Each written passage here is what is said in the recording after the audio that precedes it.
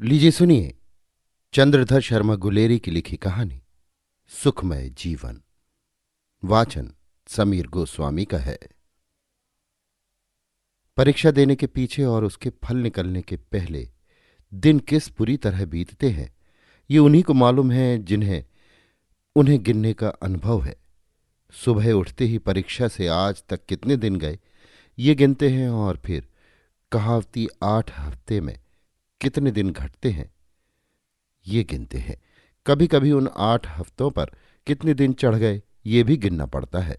खाने बैठे हैं और डाकिये के पैर की आहट आई। कलेजा मुंह को आया।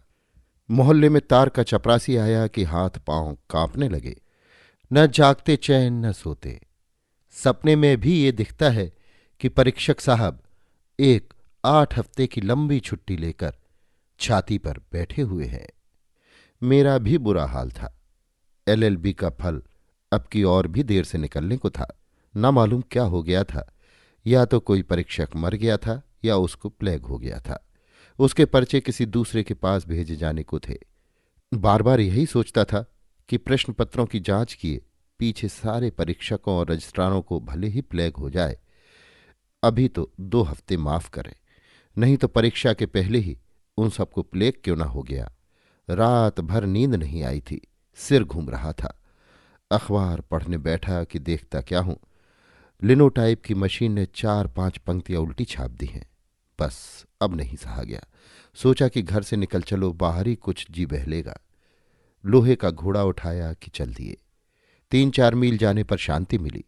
हरे भरे खेतों की हवा, कहीं पर चिड़ियों की चहचह और कहीं कुओं पर खेतों को सींचते हुए किसानों का सुरीला गाना, कहीं देवदार के पत्तों की सौंधी बास और कहीं उनमें हवा का सी सी करके बजना। सबने मेरे परीक्षा के भूत की सवारी को हटा लिया। बाइसिकल भी गजब की चीज है। न दाना मांगे न पानी, चलाए जाइए जहां तक पैरों में दम हो। सड़क में कोई था ही नहीं। कहीं कहीं किसानों के लड़के और गांव के कुत्ते पीछे लग जाते थे। मैंने बाइसिकल को और भी हवा कर दिया। सोचा था कि मेरे घर सितारपुर से 15 मील पर काला नगर है। वहां की मलाई की बर्फ अच्छी होती है और वहीं मेरे एक मित्र रहते हैं। वे कुछ सन की हैं। कहते हैं कि जिसे पहले देख लेंगे उससे विवाह करेंगे। उनसे कोई विवाह की चर्चा करता है तो अपने सिद्धांत के मंडल का व्याख्यान देने लग जाते हैं। चलो उन्हीं से सिर खाली करें। ख्याल पर ख्याल बंधने लगा। उनके विवाह का इतिहास याद आया। उनके पिता कहते थे कि सेठ गणेश लाल की इकलौती बेटी से अब की छुट्टियों में तुम्हारा ब्याह कर देंगे। पड़ोसी कहते थे कि सेठ जी की लड़की कानी और मोटी है और 8 ही वर्ष की है। पिता कहते थे कि लोग जलकर ऐसी बातें उड़ाते हैं और लड़की वैसी भी हो तो क्या, सेठ जी के कोई लड़का है नहीं, 20-30 हजार का गहना देंगे।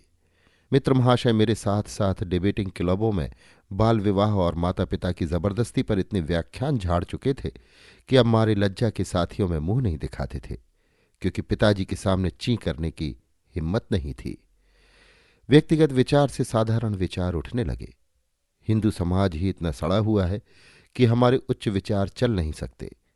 अकेला चना भाड़ नहीं फोड़ सकता। हमारे सद्विचार एक तरह के पशु हैं जिनकी बलि माता पिता की जिद और हठ की वेदी पर चढ़ाई जाती है। भारत का उद्धार तब तक नहीं हो सकता। फिस, एकदम अर्श से फर्श पर गिर पड़े। बाइसिकल की फूंक निकल गई। कभी गाड़ी नाव पर, कभी नाव गाड़ी पर। पंप साथ नहीं थी और नीचे देखा तो जान पड़ा कि गांव के लड़कों ने सड़क पर ही कांटों की बाढ़ लगाई है। उन्हें भी 2 गालियां दी, पर उससे तो पंक्चर सुधरा नहीं। कहाँ तो भारत का उद्धार हो रहा था और कहाँ अब कालानगर तक इस चरखे को खींच ले जाने की आपत्ति से कोई निस्तार नहीं दिखता। पास के मील के पत्थर पर देखा कि कालानगर यहां से 7 मील है। दूसरे पत्थर के आते आते मैं बेदम हो लिया। धूप जेठ की और ककरीली सड़क, जिसमें लदी हुई बैलगाड़ियों की मार से 6-6 इंच शक्कर की सी बारीक पिसी हुई सफेद मिट्टी बिछी हुई। काले पेटेंट लेदर के जूतों पर 1-1 इंच सफेद पॉलिश चढ़ गई। लाल मुंह को पोंछते पोंछते रूमाल भीग गया और मेरा सारा आकार सभ्य विद्वान का सा नहीं, वरन सड़क कूटने वाले मजदूर का सा हो गया। सवारियों के हम लोग इतने गुलाम हो गए हैं कि 2-3 मील चलते ही छठी का दूध याद आने लगता है। बाबूजी, क्या बाइसिकल में पंक्चर हो गया? एक तो चश्मा उस पर रेत की तह जमी हुई, उस पर ललाट से टपकते हुए पसीने की बूंदें, गर्मी की चिढ़ और काली रात सी लंबी सड़क। मैंने देखा ही नहीं था कि दोनों ओर क्या है। ये शब्द सुनते ही सिर उठाया तो देखा एक 16-17 वर्ष की कन्या सड़क के किनारे खड़ी है। हाँ, हवा निकल गई है और पंक्चर भी हो गया है। पंप मेरे पास है नहीं, कालानगर बहुत दूर तो है नहीं, अभी जा पहुंचता हूं।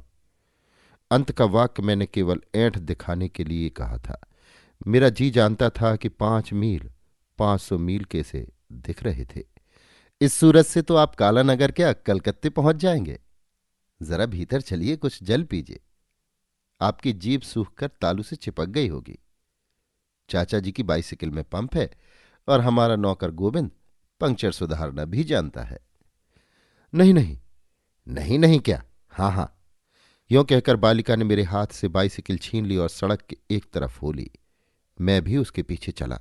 देखा कि एक कटीली बाड़ से घिरा बगीचा है जिसमें एक बंगला है।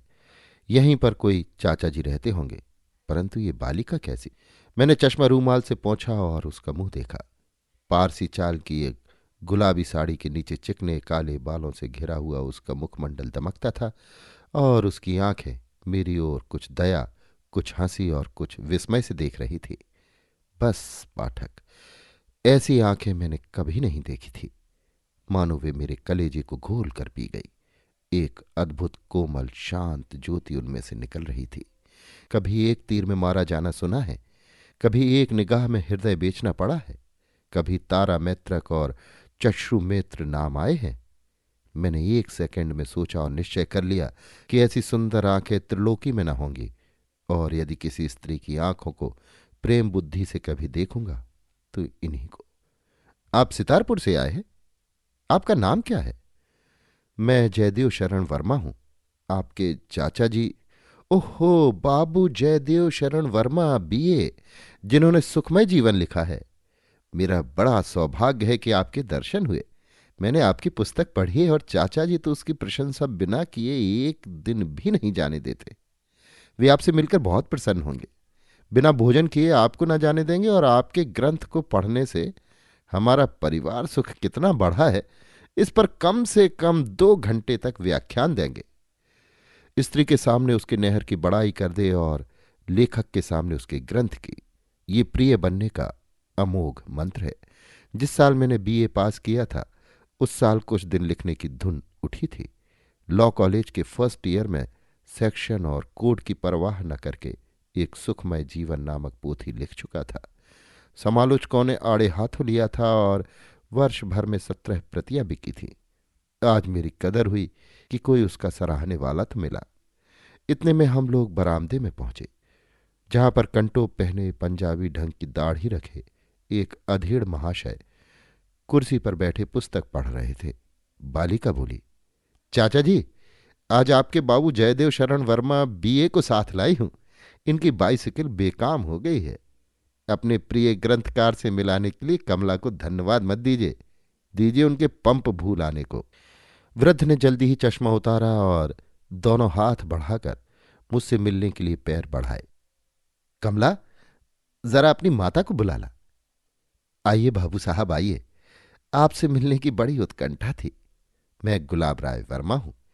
पहले कमसेरिएट में हेड क्लर्क था, अब पेंशन लेकर इस एकाक स्थान में रहता हूं। 2 गौ रखता हूं और कमला तथा उसके भाई प्रबोध को पढ़ाता हूं। मैं ब्रह्म समाजी हूं, मेरे यहां पर्दा नहीं है। कमला ने हिंदी मिडिल पास कर लिया है। हमारा समय शास्त्रों को पढ़ने में बीतता है। मेरी धर्मपत्नी भोजन बनाती है और कपड़े सी लेती है। मैं उपनिषद और योग वशिष्ठ का तर्जुमा पढ़ा करता हूं। स्कूल में लड़के बिगड़ जाते हैं, प्रबोध को इसीलिए घर पर पढ़ाता हूं। इतना परिचय दे चुकने पर वृद्ध ने श्वास लिया। मुझे इतना ज्ञान हुआ कि कमला के पिता मेरी जाति के ही हैं। जो कुछ उन्होंने कहा था उसकी ओर मेरे कान नहीं थे।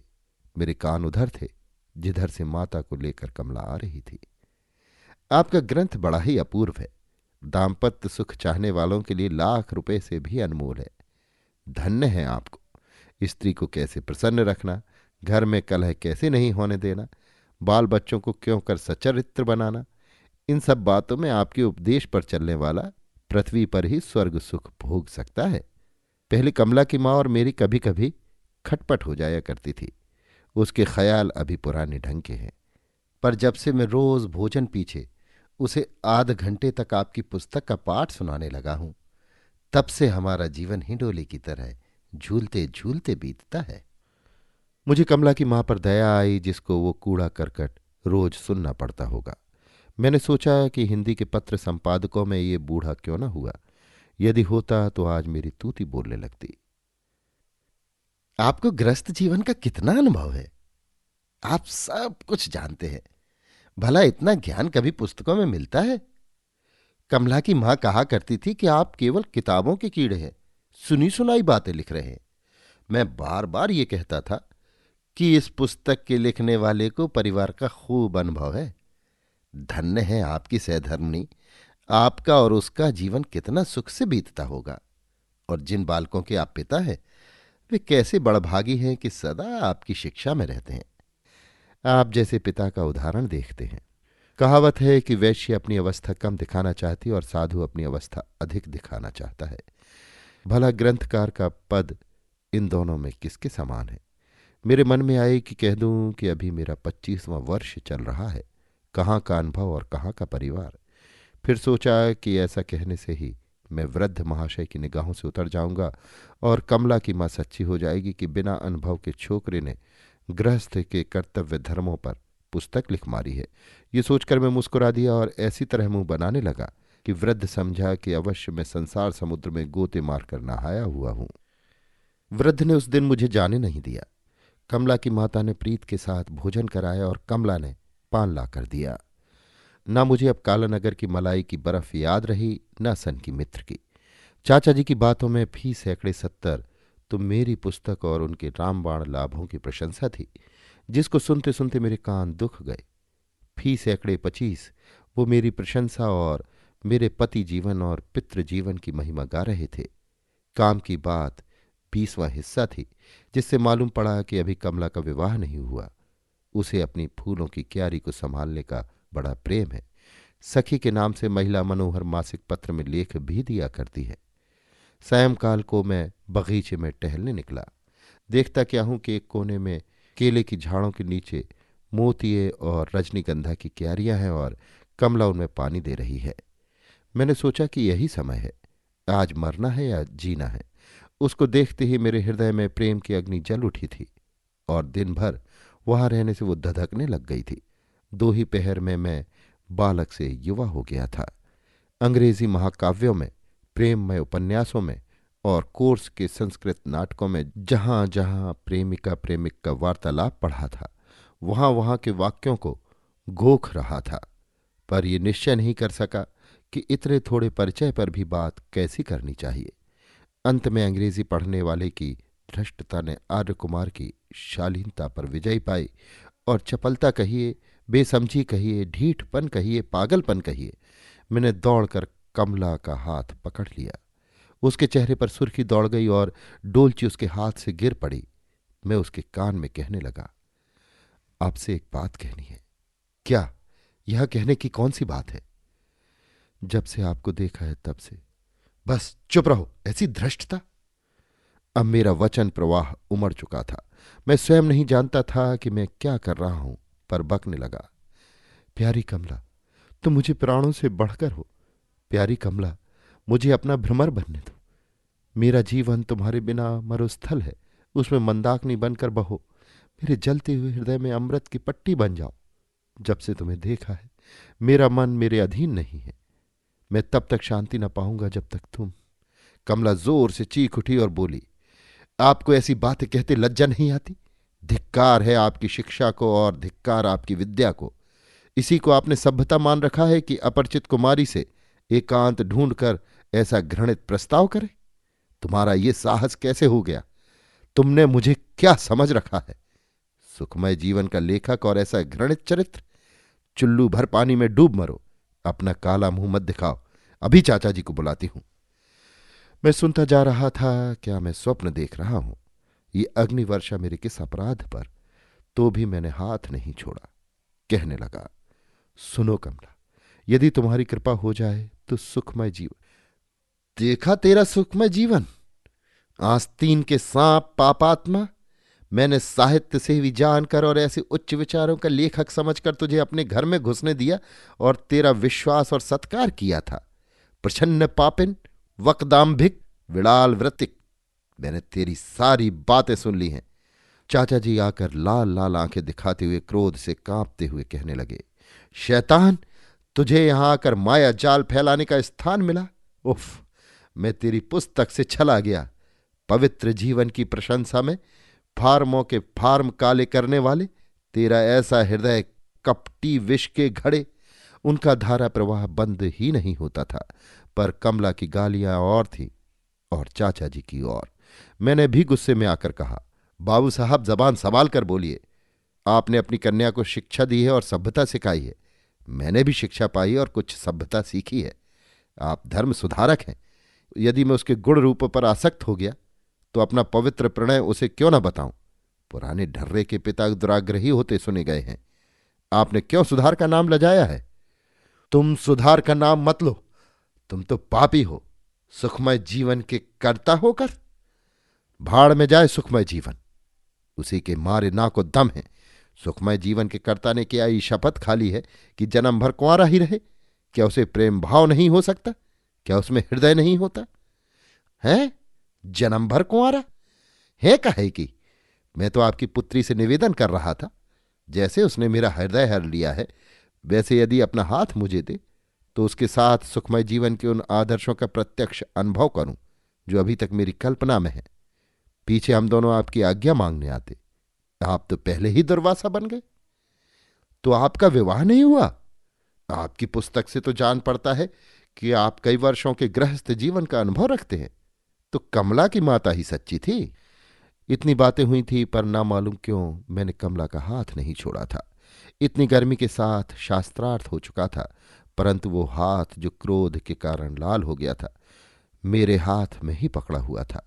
अब उसमें सात्विक भाव का पसीना आ गया था और कमला ने लज्जा से आंखें नीची कर ली थी। विवाह के पीछे कमला कहा करती है कि ना मालूम विधाता की किस कला से उस समय मैंने तुम्हें झटक कर अपना हाथ नहीं खींच लिया। मैंने कमला के दोनों हाथ खींचकर अपने हाथों के संपुट में ले लिए और उसने उन्हें हटाया नहीं, और इस तरह चारों हाथ जोड़कर वृद्ध से कहा, चाचा जी, उस निकम्मी पोथी का नाम मत लीजिए। बेशक कमला की मां सच्ची है। पुरुषों की अपेक्षा स्त्रियां अधिक पहचान सकती हैं कि कौन अनुभव की बातें कह रहा है और कौन हाँक रहा है। आपकी आज्ञा हो तो कमला और मैं दोनों सच्चे सुखमय जीवन का आरंभ करें।